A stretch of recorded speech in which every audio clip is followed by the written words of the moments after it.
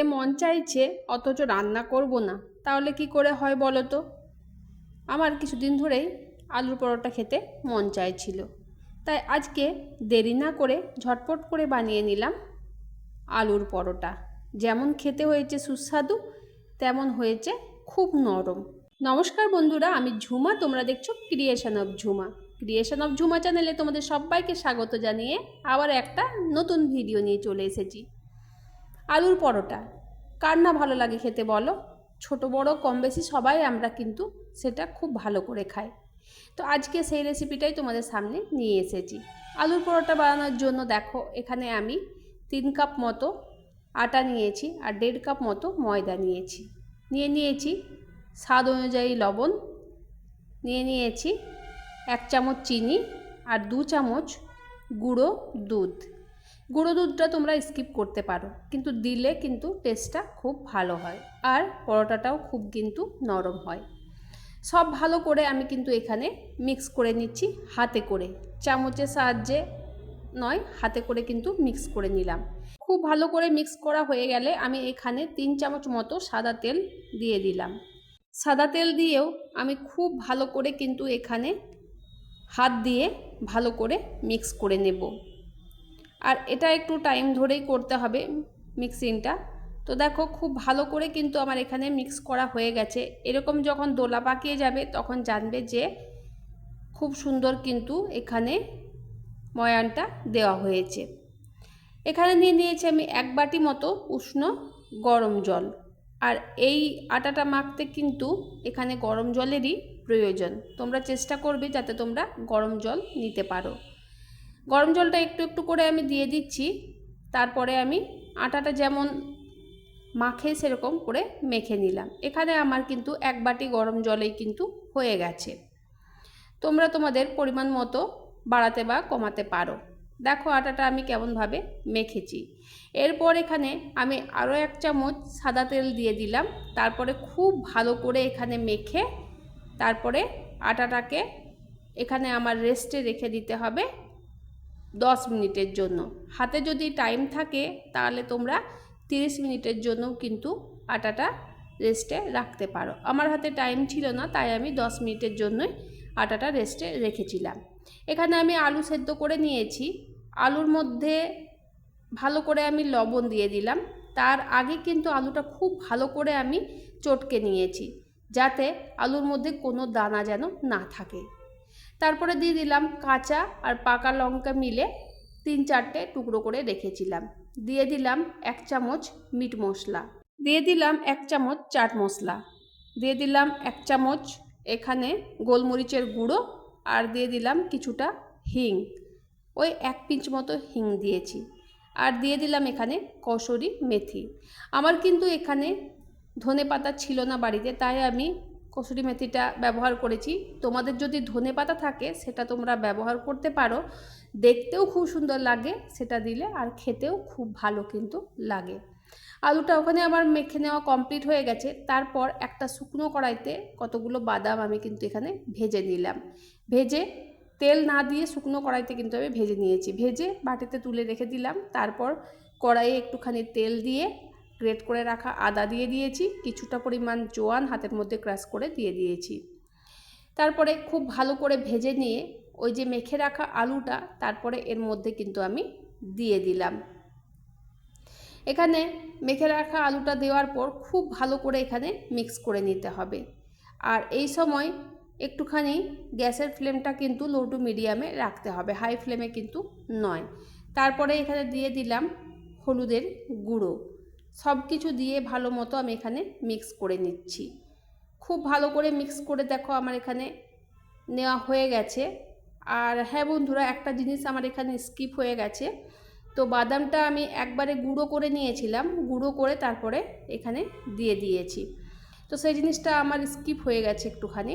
তো যখন কড়াইয়ে আলুটা নাড়তে থাকবে তখনই কিন্তু বাদামের গুঁড়োটা এখানে দিয়ে দিতে হবে। একদম পেস্ট করে দিয়েছিলাম, শুকনো মানে জায়গাতে পেস্ট করেছিলাম, একদম কোনো জল ব্যবহার করিনি।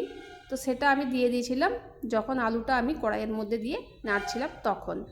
আলুটা ওখানে আমার কিন্তু ভালো মতো হয়ে গেছে। এদিকে আমি রেস্টে রেখেছিলাম আটাটা, সেটাও কিন্তু আমি এখানে এবার ঢাকা খুলে লেচি কেটে নিলাম বড় বড় করে। তো এখানে আমার 9টা মতো লেচি হয়েছে। তো এবার এগুলোকে আমি রেডি করে নেব, পুর ভরে নেব। তো দেখো আমি এখানে একটা করে বাটির আকার দিয়ে দিচ্ছি হাতে করে করে। তারপরে কিন্তু আলুর পুরটা এখানে আমি দিয়ে মুখটা খুব ভালো করে এখানে মুড়ে নেব। তো দেখো তোমাদেরকে মোড়ানোটা আমি দেখিয়ে দিচ্ছি। আর এভাবে আমি মুড়েছিলাম, তো আমার কোনো পরোটাটাই কিন্তু বাইরে বেরিয়ে যায়নি। পরোটার মধ্যে থেকে যে আলুর পুরটা খুব ভালো হয়েছিল, খুব সুন্দর। তোমরা দেখতে পাবে, তোমাদের সাথে আমি শেয়ার করছি। আর হ্যাঁ বন্ধুরা, আমার এই ভিডিওগুলো তোমরা যারা দেখছো একটুখানি প্রবলেম হবে, কারণ আমার যে জায়গাটাতে আমি ভিডিও বানাই সেই জায়গাটা প্রচণ্ড পরিমাণে ছোট, আলোটাও কম আছে। আমি চেষ্টা করব তোমাদের যদি ভালোবাসা এরকম পেয়ে থাকি, আমি আরও ভিডিও ভালো করার কিন্তু চেষ্টা করব। তো তোমরা আমাকে এরকমই ভালোবাসা দিয়ে যাও, আমার পাশে থেকো। আমি নিশ্চয়ই চেষ্টা করব ভালো ভিডিও নিয়ে আসার। তো দেখো কিভাবে মুড়তে হবে তোমাদেরকে মুড়ে দেখিয়ে দিলাম, আমি দুটো পুর ভরে কিন্তু দেখিয়ে দিলাম। এবার আমি এক এক করে কিন্তু সব লেচিগুলো নিয়ে নিয়েছি। এখানে আমি কিন্তু চাকা বেলনার সাহায্যে এখানে বেলে নেব। আর আলতো হাতে কিন্তু এখানে বেলতে হবে। দেখতেই পাচ্ছ আমি কত আলতো হাতে এখানে বেলছি, আমার কিন্তু একটুও কিন্তু বেরিয়ে যায়নি দেখো এখান থেকে। তো এরভাবেই তোমাদেরকে বেলতে হবে। তোমরা চাইলে সেটা পরোটার আকারেও শেপ দিতে পারো, আমি কিন্তু সেটা রুটির আকারে শেপ দিয়েই কিন্তু এটা বানাচ্ছি। পরোটার আকারে শেপ দিয়েও কিন্তু এটা বানানো যায়, তো সেটার ভিডিও আমি অন্যদিন নিয়ে আসব। তো এই যে দেখো আমি একটু বড় করেই বেলে নিচ্ছি। আর এটা যদি কেউ একটা খায় তাকে আর দুটো খেতে হবে না, সেরকমভাবেই কিন্তু আমি বানিয়ে নিলাম।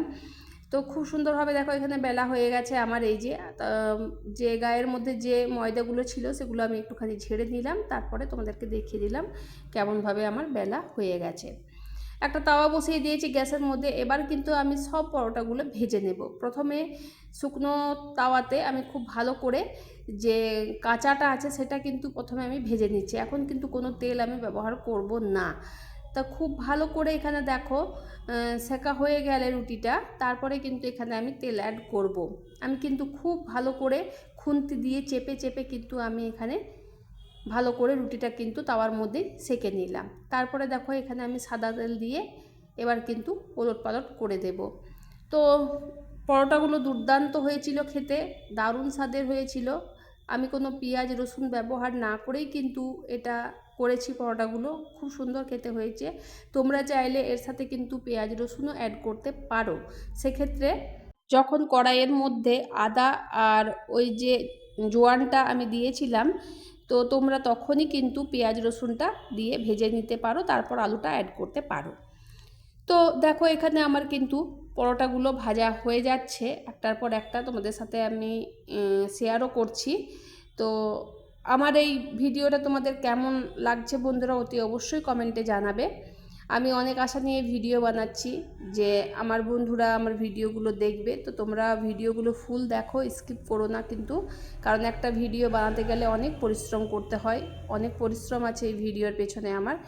তো পরিশ্রমের মূল্যটা যেন আমি পাই তোমাদের ভালোবাসার মাধ্যমে। আর সত্যি কথা বলতে কি, তোমরা ভালোবাসা আমাকে দিচ্ছ, তো এরকম ভালোবাসা দিতে থাকো। আর এই যে দেখো পরোটাগুলো কত সুন্দর হয়েছে, আর এত নরম হয়েছে, নরম তুলতুল করছে। আর দেখো ভেতরে কিন্তু পুরটা পুরো দেখা যাচ্ছে। তো দারুণ হয়েছে খেতে।